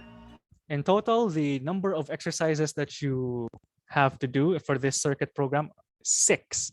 In the chat later, or I think it's already posted in the chat, the written rundown of the workout program that you have to do so you don't lose track of it. And that was it for the general body conditioning program. Before I proceed further, there was a question for me in the chat. I'm gonna see here. One question. Let's say, any tips for exercises for lower back pain and has scoliosis? Oh, this is a wellness exercise. I'll give this question to you, Nikki. Thank you. So, for yoga, there are a lot of recommendations on what you can do for back pain and scoliosis. Those are two different things. Maybe you have back pain but don't have scoliosis, or maybe you have scoliosis. Maybe you also have back pain. So, basically, you have to identify which part of the back is painful. It could be the upper back or like the shoulders and neck area, the middle back or like the torso na area, so my chest area, and lower back is like the back of your belly. So, what you want to do is most of the time the cause of back pain is improper posture, static positioning, like you're not moving a lot for a long period of time, maybe tightness in the muscle, and maybe also weakness in some muscles. So if you have a tightness in your lower back, what you want to do is stretch out the lower back by like doing forward folds. So that could be done by standing up and then just trying to bend down and reach your feet. That would give your back a good stretch. Or you can also do that in sitting. Um, that's for stretching the back. For one other thing to like stretch the back passively is by strengthening the front of the body. So if like you're doing crunches or ab work, that would strengthen the front of the body so that it passively stretches the back, if it makes sense. So bali kana, if you have tight back muscles, it's good to stretch them out. For scoliosis, you also have to identify which side is the convexity. And basically, for example, if your this is my right side. If your right side is the convex side, so that's the protruding side, you want to strengthen the protruding side and then stretch the other side to balance out the muscles, because usually if you have scoliosis, there's muscle imbalance, um, even if it's unacquired scoliosis or if you've had it since birth. Also, if you're gonna do exercises, make sure lang, if you're not sure on what to do, balance what you do on the right side with what you do on the left side. Because if you do more on one side, maybe it could exacerbate or make the curvature worse, or it could make you have more discomfort rather than help you.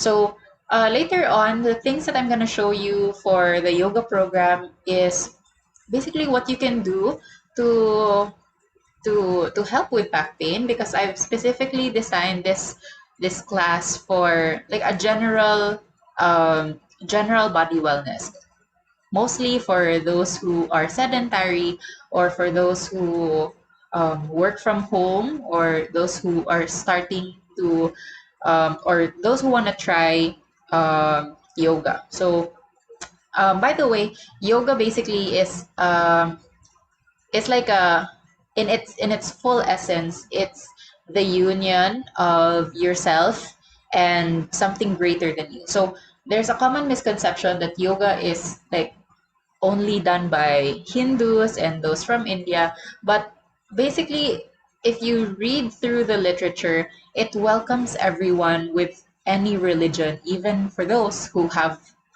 no religious beliefs.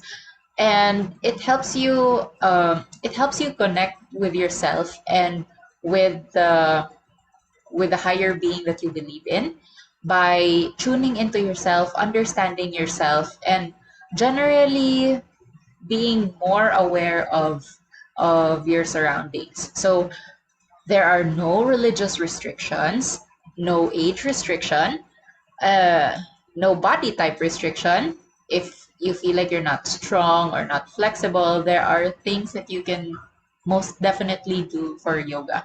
And in this class later on, if you would like to try, go ahead and prepare your mat and whatever you're wearing. If you're wearing pambahay, that's totally okay. Um, and yeah, that's basically it. If you don't have a mat at home, you can use a towel. Basta lang your floor isn't slippery for safety purposes also. So I hope later on, for the one who asked the question, I hope later on you get a few things sa yoga na program that I'm gonna show you.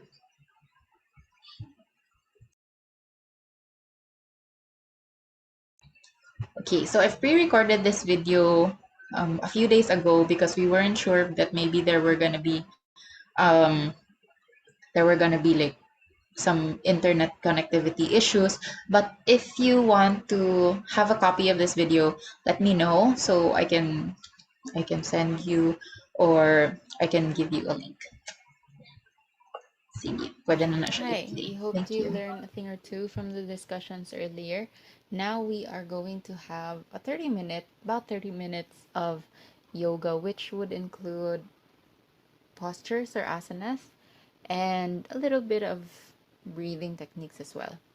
So let's start with sitting down in cross legs with our eyes closed, rolling the shoulders back, resting your hands on your knees, the spine straight.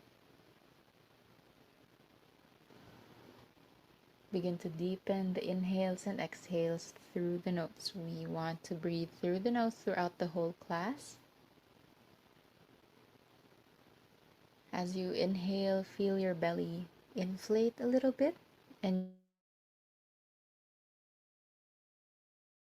the air from the lungs to the throat, to the nose, and out.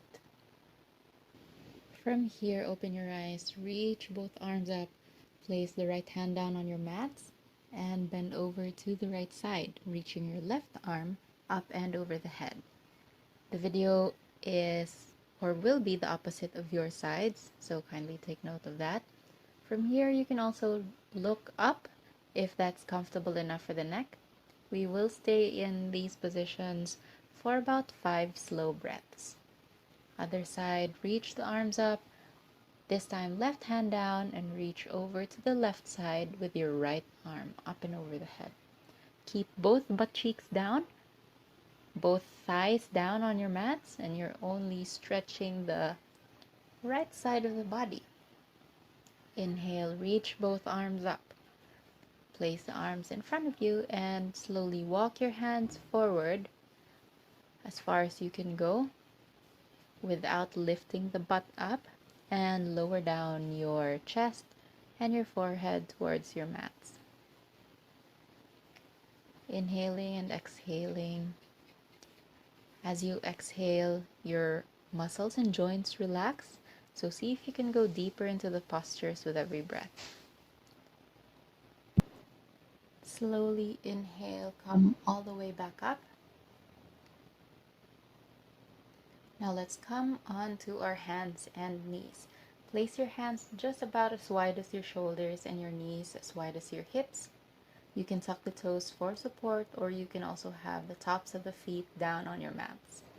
Tuck the belly a bit to make your back more straight. As you inhale, bring the belly close to the mat, throw the shoulders back, look up. And as you exhale, starting from the bottom of the spine, round the back, tuck the belly, and look down. Inhale up and exhale down. Use the full range of your spine here. Inhale up, exhale down.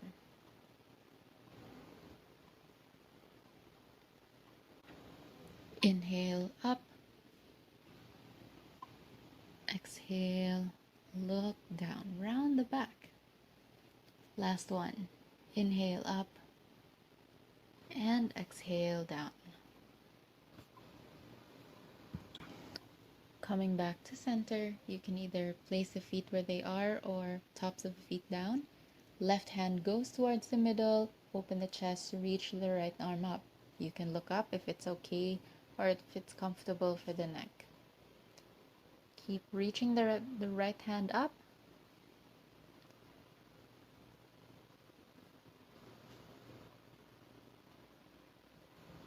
One more breath.